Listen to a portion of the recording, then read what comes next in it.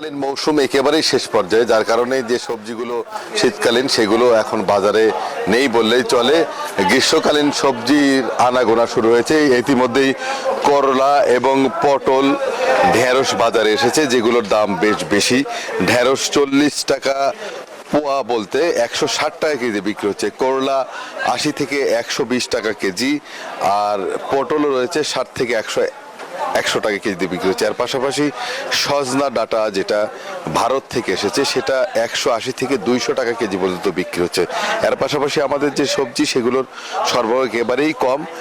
আরেকটা বিষয় জানিয়ে রেখে যে পবিত্র রমজান মাস হওয়ার কারণে ক্রেতাও খুব বেশি নেই বাজারে। যে পরিমাণ ক্রেতা থাকার কথা ছিল ততটা ক্রেতা বাজারে নেই বলে জানিয়েছেন বিক্রেতারা, যার কারণে বেচাকেনাও খুব বেশ ভালো নয়।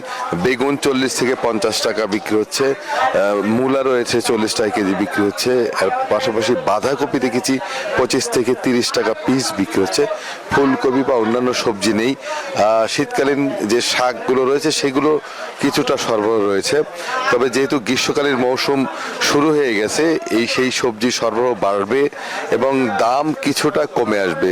বিশেষ করে গ্রীষ্মকালীন সময় যে করলা, ঢেঁড়স ও অন্যান্য সবজি রয়েছে সেই সবজিগুলোর সরবরাহ বাড়ার সাথে সাথেই দাম কমে আসবে বলে আমাদেরকে জানিয়েছেন বিক্রেতারা। কৃষি বিভাগ বলছেন যে তারা নিয়মিত পরামর্শ দিয়ে যাচ্ছেন কৃষকদেরকে উৎপাদন বাড়ানোর জন্য। এই ছিল বগুড়া থেকে সর্বশেষ। ফিরবো স্টুডিওতে। বাবু, আপনাকে ধন্যবাদ। বিকাশ পেমেন্টে 10,000 টাকার বেশি অফার। শপিং চলছে তো।